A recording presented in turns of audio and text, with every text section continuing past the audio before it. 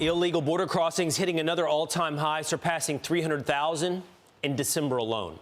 Now, former FBI officials are sounding the alarm on a new national security threat, as 50 on the terror watch list were already caught this fiscal year.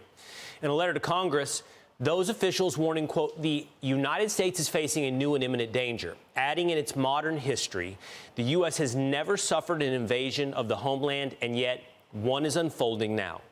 Here to react, National Border Patrol President Brandon Judd.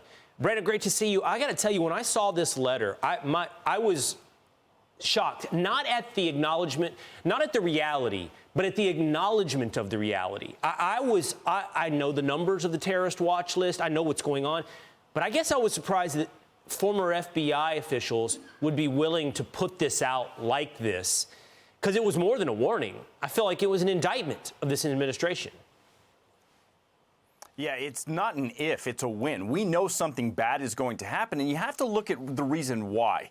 When you look at the number of people that we apprehended, 302,000 people, that means we released a minimum of 280,000 of those individuals. We only held into custody about 20,000 for repatriation. So when you look at that, when you look at the sheer mass crush of people that are crossing our borders illegally, what that means is we just don't have agents in the field to patrol the border. That's when the cartels can cross our higher value products, including people from countries that want to do us harm.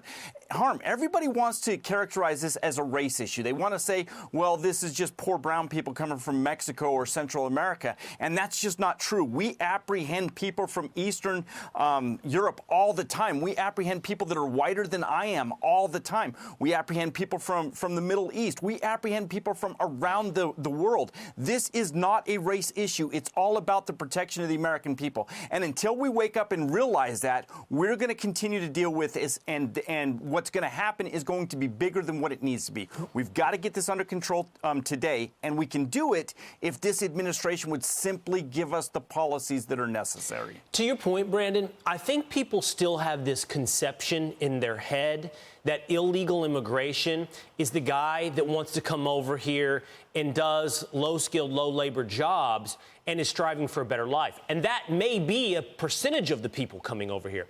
But I put this FBI letter out, for example, on my social media, and somebody said, oh, yeah, all these Mexican guys that want to come over here and bomb things. I don't think people understand the extent of people coming from places like you just described, who come at a minimum from countries with where there's an ideology of ill intention, but at a maximum are on the literal terror watch list. Yeah, and the reason is because the woke media refuses to give an honest conversation to the American people. So if you watch CNN, MSNBC, ABC, all of those, CBS, if you watch those news outlets, they're constantly covering for this administration. They will not tell the American people exactly what's going on. If we had that honest conversation, if people understood what was going on, they would be up in arms. They would be extremely frustrated. But what's great about it is all of these images that you're showing, every single time something happens here in the United States, people have to wake up. And what's really funny about that is Eric Adams has unwittingly become the face of border security, because every single time he talks, this powerful Democrat, every single time he opens his mouth, then the mainstream media has to cover it, and then people tune into Fox News. Thank goodness. And that's why President Biden's poll numbers are so low on illegal immigration. But it's only recently that those numbers have dropped to lows that we've never thought that would have ever happened. Yeah. Well, Brandon, thanks for being with us. Hopefully we can break through that false narrative about the problem that exists. Always great to see you. Thanks, Brandon.